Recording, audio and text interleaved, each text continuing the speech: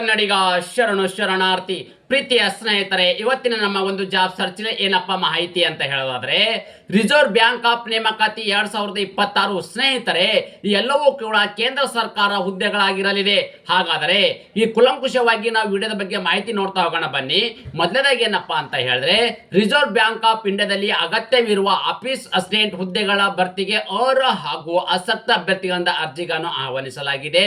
ಹುದ್ದೆಗಳ ಭರ್ತಿಗೆ ಸಂಬಂಧಿಸಿದಂತೆ ವೇತನ, ಕರ್ತವ್ಯ ಸ್ಥಳ, ಶೈಕ್ಷಣಿಕ ಅರ್ಹತೆ, ಅರ್ಜಿ ಸಲ್ಲಿಕೆ ದಿನಾಂಕ, ಹುದ್ದೆಗಳ ಬಗ್ಗೆ ಮಾಹಿತಿ ಓವರಾಲ್ ಆಗಿ ನಾನು ನಿಮಗೆ ಈ ಒಂದು ವಿಡಿಯೋದಲ್ಲಿ ಮಾಹಿತಿ ಕೊಡ್ತಾ ಇದ್ದೀನಿ. ಈ ವಿಡಿಯೋನ ಸ್ಕಿಪ್ ಮಾಡದೆ ಕೊನೆ ತನಕ ನೋಡಿ.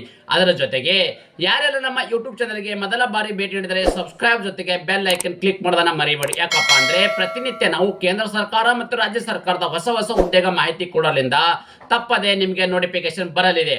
ಪ್ರೀತಿಯ ಸ್ನೇಹಿತರೆ, ನಾವೀಗ RBI ಆಫೀಸ್ ಅಸಿಸ್ಟೆಂಟ್ ಹುದ್ದೆಗಳ ಬಗ್ಗೆ ನಾವು ಮಾಹಿತಿ ನೋಡ್ತಾ ಹೋಗೋದಾದ್ರೆ, ತಾವುಗಳಲ್ಲಿ ಗಮನಿಸ್ತಿದ್ರೆ ಯಾವೆಲ್ಲ ಒಂದು ಹುದ್ದೆ ಕರೆದಿದ್ದಾರಪ್ಪ ಅಂದ್ರೆ, ಆಫೀಸ್ ಅಸಿಸ್ಟೆಂಟ್ ಇರ್ತಕ್ಕಂಥ ಹುದ್ದೆಗಳ ಅರ್ಜಿಗಳನ್ನು ಆಹ್ವಾನಿಸಲಾಗಿದೆ. ಕರ್ತವ್ಯ ಸ್ಥಳ ಎಲ್ಲಿಯಪ್ಪ ಅಂತಂದ್ರೆ, ಆಯ್ಕೆಯಾದ ಅಭ್ಯರ್ಥಿಗಳು ಕರ್ನಾಟಕ ಸೇರಿದಂತೆ ಭಾರತಾದ್ಯಂತ ಕೆಲಸವನ್ನು ನಿರ್ವಹಿಸಬೇಕಾಗತ್ತೆ. ಯಾಕಪ್ಪ ಅಂದ್ರೆ ಇದು ಭಾರತ ಸರ್ಕಾರದಲ್ಲಿರ್ತಕ್ಕಂಥ ಒಂದು RBI ಬ್ಯಾಂಕ್ ಆಗಿರೋದ್ರಿಂದ ನೀವು ಕರ್ನಾಟಕ ಸೇರಿದಂತೆ ಭಾರತಾದ್ಯಂತ ಕೆಲಸವನ್ನ ನಿರ್ವಹಿಸಬೇಕಾಗತ್ತೆ. ಅದೇ ರೀತಿ ಖಾಲಿ ಇರ್ತಕ್ಕಂಥ ಹುದ್ದೆಗಳ ಸಂಖ್ಯೆ ಎಷ್ಟು ಅಂತ ನಾವು ಮಾಹಿತಿ ನೋಡಿದ್ರೆ, ಒಟ್ಟು ಭಾರತಾದ್ಯಂತ ಕರೆದಿರ್ತಕ್ಕಂಥದ್ದು 572 ಹುದ್ದೆಗಳ ಅರ್ಜಿಗಳನ್ನು ಆಹ್ವಾನಿಸಲಾಗಿದೆ. ಎಷ್ಟಿರ್ತಕ್ಕಂಥದ್ದು 572 ಹುದ್ದೆಗಳ ಅರ್ಜಿಗಳನ್ನು ಆಹ್ವಾನಿಸಲಾಗಿದೆ. ಕರ್ನಾಟಕಕ್ಕೆ ಮೀಸಲಿರ್ತಕ್ಕಂಥ ಹುದ್ದೆಗಳು 16 ಹುದ್ದೆಗಳಾಗಿರೋದು ನೋಡಿ. 572 ಭಾರತಾದ್ಯಂತ ಕರೆದಿರ್ತಕ್ಕಂಥ ಹುದ್ದೆಗಳು, ಕರ್ನಾಟಕಕ್ಕೆ ಮೀಸಲಿರ್ತಕ್ಕಂಥದ್ದು ಅಂದ್ರೆ ಬೆಂಗಳೂರಿಗೆ ಮೀಸಲಿರ್ತಕ್ಕಂಥ ಹುದ್ದೆಗಳು 16 ಹುದ್ದೆಗಳು ಖಾಲಿ ಇರ್ತಕ್ಕಂಥದ್ದು. ಅದೇ ರೀತಿ ಈ ಒಂದು ಶೈಕ್ಷಣಿಕ ಅರ್ಹತೆ ಏನಾಗಿರ್ಬೇಕು ಅಂದ್ರೆ, ಈ ಒಂದು ಹುದ್ದೆ ಪಡೆದುಕೊಳ್ಳಬೇಕಾದ್ರೆ ಯಾವೆಲ್ಲ ಒಂದು ಕ್ವಾಲಿಫಿಕೇಶನ್ ಆಗಿರ್ಬೇಕು ಅಂತಂದ್ರೆ, ನೀವು ಇಲ್ಲಿ ಕೇವಲ 10ನೇ ತರಗತಿ ಪಾಸ್ ಆದ್ರೆ ಸಾಕು ನೋಡಿ. SLC ಪಾಸ್ ಆಗಿರ್ತಕ್ಕಂಥ ಎಲ್ಲಾ ಅಭ್ಯರ್ಥಿಗಳು ಈ ಒಂದು ಹುದ್ದೆಗೆ ಅರ್ಜಿಗಳನ್ನ ಸಲ್ಲಿಸಬಹುದಾಗಿದೆ. ಅದೇ ರೀತಿ ಇನ್ನೊಂದು ಮಾಹಿತಿ ಏನಪ್ಪಾ ಅಂತಂದ್ರೆ, ವಯೋಮಿತಿ. ಈ ಒಂದು ಅರ್ಜಿಗಳನ್ನು ಸಲ್ಲಿಸಬೇಕಾದ್ರೆ ಯಾವ ಒಂದು ವಯೋಮಿತಿ ಒಳಗಡೆ ಇರ್ತಕ್ಕಂಥ ಅಭ್ಯರ್ಥಿಗಳು ಈ ಒಂದು ಹುದ್ದೆಗೆ ಅರ್ಜಿಗಳನ್ನು ಸಲ್ಲಿಸಬಹುದು ಅಂತ ಮಾಹಿತಿ ನೋಡಿದ್ರೆ, 1/1/2026 ನೋಡಿ, 1/1/2026 ಅನ್ವಯವಾಗುವಂತೆ ಮಿನಿಮಮ್ 18 ವರ್ಷ ಇರಬೇಕಾಗುತ್ತೆ, ಮ್ಯಾಕ್ಸಿಮಮ್ 25 ವರ್ಷ. 18ರಿಂದ 25 ವರ್ಷ ಒಳಗಡೆ ಇರ್ತಕ್ಕಂಥ ಅಭ್ಯರ್ಥಿಗಳು ಈ ಒಂದು ಹುದ್ದೆಗೆ ಅರ್ಜಿಗಳನ್ನ ಸಲ್ಲಿಸಬಹುದಾಗಿದೆ. ವಯೋಮಿತಿಯಲ್ಲಿ ಕೂಡ ಸಡಿಲಿಕೆ ನೀಡಲಾಗಿದೆ. ಯಾರಿಗೆಲ್ಲಪ್ಪ ಅಂದ್ರೆ, OBC ಅಭ್ಯರ್ಥಿಗಳಿಗೆ 3 ವರ್ಷಗಳ ಕಾಲ ವಯೋಮಿತಿಯ ಸಡಿಲಿಕೆವಿದ್ದು, SC/ST ಅಭ್ಯರ್ಥಿಗಳಿಗೆ 5 ವರ್ಷ, PWD ಅಭ್ಯರ್ಥಿಗಳಿಗೆ 10 ವರ್ಷಗಳ ಕಾಲ ವಯೋಮಿತಿಯಲ್ಲಿ ಸಡಿಲಿಕೆಯನ್ನು ನೀಡಲಾಗಿದೆ. ಅದೇ ರೀತಿ ಇನ್ನೊಂದೇನಪ್ಪಾ ಅಂದ್ರೆ, ವೇತನ. ಆಯ್ಕೆಯಾಗಿರ್ತಕ್ಕಂಥ ಅಭ್ಯರ್ಥಿಗಳಿಗೆ ಪ್ರತಿ ತಿಂಗಳು ಸಿಗ್ತಕ್ಕಂಥ ವೇತನ ಎಷ್ಟು ಅಂತ ನೋಡಿದ್ರೆ 24,250 ರೂಪಾಯಿ ನೋಡಿ. 24,250 ರೂಪಾಯಿ ಪ್ರತಿ ತಿಂಗಳು ಸಿಗ್ತಕ್ಕಂಥ ವೇತನ ದೊರೆಯಲಿದ್ದು, ಅದೇ ರೀತಿ ಇನ್ನೊಂದು ಮುಖ್ಯವಾಗಿ ಘಟ್ಟಪ್ಪ ಏನಪ್ಪಾ ಅಂತಂದ್ರೆ, ಆಯ್ಕೆ ವಿಧಾನ. ಅಂದ್ರೆ ಈ ಒಂದು ಹುದ್ದೆನ ಪಡೆದುಕೊಳ್ಳಬೇಕಾದ್ರೆ ಒಂದು ಸೆಲೆಕ್ಷನ್ ಪ್ರೊಸೆಸ್ ಹೇಗೆ ಮಾಡ್ತಾರಪ್ಪ ಅಂದ್ರೆ, ಮೊದಲಾಗಿ ನಿಮಗೆ ಆನ್ಲೈನ್ ಎಕ್ಸಾಮ್ ಅನ್ನು ನಡೆಸಲಾಗುವುದು. ಆನ್ಲೈನ್ ಎಕ್ಸಾಮ್ ಅಂದ್ರೆ CBT ಎಕ್ಸಾಮ್, ಕಂಪ್ಯೂಟರ್ ಆಧಾರಿತ ಎಕ್ಸಾಮ್ ಅನ್ನು ನಡೆಸಲಾಗುವುದು. ಅದರಲ್ಲಿ ಕ್ವಾಲಿಫೈ ಆಗಿರ್ತಕ್ಕಂಥ ಅಭ್ಯರ್ಥಿಗಳನ್ನ ಭಾಷಾ ಪ್ರಾವೀಣ್ಯತೆ ಪರೀಕ್ಷೆ ನಡೆಸಲಾಗುವುದು. ಅಂದ್ರೆ ಕರ್ನಾಟಕದಲ್ಲಿ ಇರ್ತಕ್ಕಂಥ ಅಭ್ಯರ್ಥಿ ಕನ್ನಡವನ್ನು ಕಡ್ಡಾಯವಾಗಿ ಕಲಿತಕ್ಕಂಥದ್ದು. ಬೇರೆ ಬೇರೆ ಒಂದು ರಾಜ್ಯಗಳಲ್ಲಿ ಇರ್ತಕ್ಕಂಥ ಅಭ್ಯರ್ಥಿಗಳನ್ನ, ಅಂದ್ರೆ ನೀವು ಫಾರ್ ಎಕ್ಸಾಂಪಲ್ ಹೇಳಿದರೆ, ನಾವು ಕರ್ನಾಟಕದಲ್ಲಿ ಇರ್ತಕ್ಕಂಥ ಅಭ್ಯರ್ಥಿಗಳು ಮಹಾರಾಷ್ಟ್ರ, ತಮಿಳುನಾಡು, ಹೈದರಾಬಾದ್ಗೆ ನೀವು ಆಯ್ಕೆಯನ್ನು ಮಾಡ್ಕೊಳ್ತಿದ್ರೆ, ಅಂದ್ರೆ ನೀವು ಆ ಒಂದು ಲೊಕೇಶನ್ ಮಾಡ್ತಿದ್ರೆ ನೀವು ಲೋಕಲ್ ಲ್ಯಾಂಗ್ವೇಜ್ ಅನ್ನ ಬರಬೇಕಾಗತ್ತೆ. ಸೊ ನಮ್ಗೆ ಕರ್ನಾಟಕದಲ್ಲಿ ಇರ್ತಕ್ಕಂಥ ಅಭ್ಯರ್ಥಿಗಳು ಕನ್ನಡವನ್ನು ನೀವು ಮಾಹಿತಿ ಅಂದ್ರೆ ಕನ್ನಡದ ಬಗ್ಗೆ ನೀವು ಪರೀಕ್ಷೆ ಬರೆದು ಕೂಡ ಅಲ್ಲಿ ಕ್ವಾಲಿಫೈ ಆಗಕ್ಕೆ ನಿಮ್ಗೆ ಚಾನ್ಸಸ್ ಇದೆ. ಓಕೆ, ಸೊ ಅದೇ ರೀತಿ ಇನ್ನೊಂದೇನಪ್ಪ ಅಂದ್ರೆ, ಇಲ್ಲಿ ಭಾಷೆ ಪ್ರಾವೀಣ್ಯತೆ ಅಂದ್ರೆ ಯಾವ ಒಂದು ರಾಜ್ಯದ ಭಾಷೆಯನ್ನಾಗಿ ನೀವು ಅಲ್ಲಿ ಎಕ್ಸಾಮ್ ನೀಡಲಾಗುವುದು, ಆ ಒಂದು ಭಾಷೆದ ಎಕ್ಸಾಮ್ ಅಲ್ಲಿ ನೀವು ಕ್ವಾಲಿಫೈ ಆಗಿದ್ರೆ ಸಾಕು. ಅಂದ್ರೆ ನೀವು ಕರ್ನಾಟಕದ ಅಭ್ಯರ್ಥಿಗಳಾಗಿದ್ರು ಕೂಡ ಬೇರೆ ಒಂದು ಭಾಷೆಗಳನ್ನ ನೀವು ಅಲ್ಲಿ ಪರಿಣಿತರಾಗಿದ್ದರೆ ಅಲ್ಲಿ ಕೂಡ ಹೆಚ್ಚು ಹುದ್ದೆಗಳು ಕರೆದಿದ್ರೆ ಅಲ್ಲಿ ಕೂಡ ನೀವು ಅರ್ಜಿ ಸಲ್ಲಿಸಿ ಅಲ್ಲಿ ಕೂಡ ಹುದ್ದೆಗಳನ್ನು ಪಡೆದುಕೊಳ್ಳಬಹುದಾಗಿದೆ.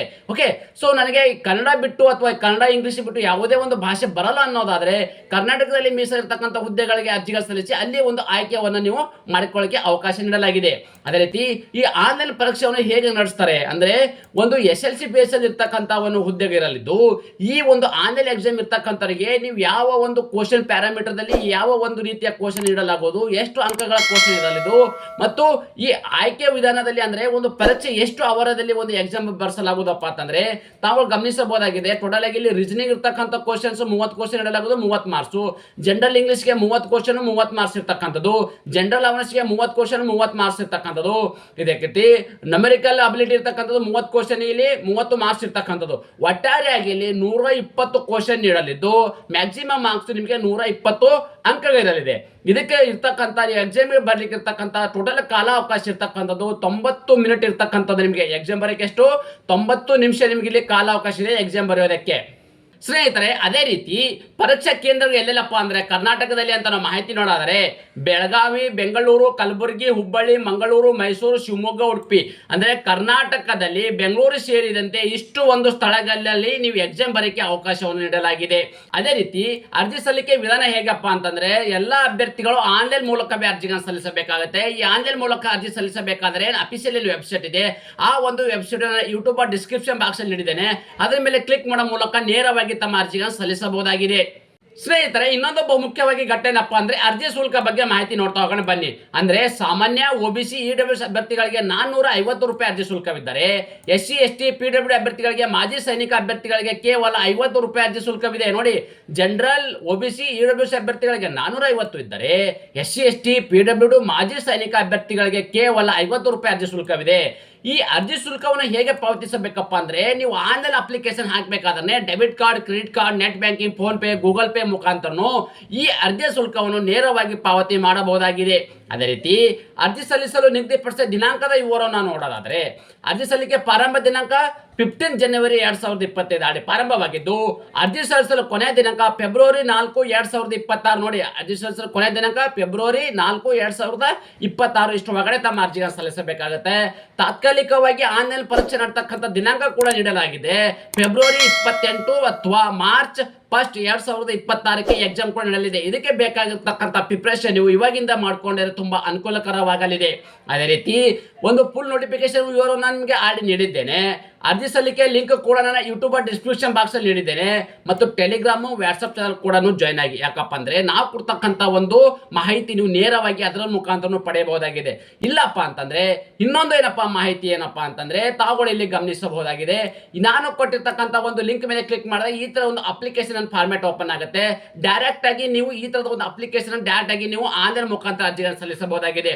ಯಾರೆಲ್ಲ ನಮ್ಮ ಮುಖಾಂತರ ಒಂದು ಆನ್ಲೈನ್ ಮುಖಾಂತರ ಅರ್ಜಿ ಸಲ್ಲಿಸಕ್ಕೆ ಬಯಸಿದ ಅಭ್ಯರ್ಥಿಗಳು ಯೂಟ್ಯೂಬ್ ಡಿಸ್ಕ್ರಿಪ್ಷನ್ ಬಾಕ್ಸ್ ಅಲ್ಲಿ ವಾಟ್ಸ್ಆಪ್ ನಂಬರ್ ಕೂಡ ನೀಡಿದ್ದೇನೆ.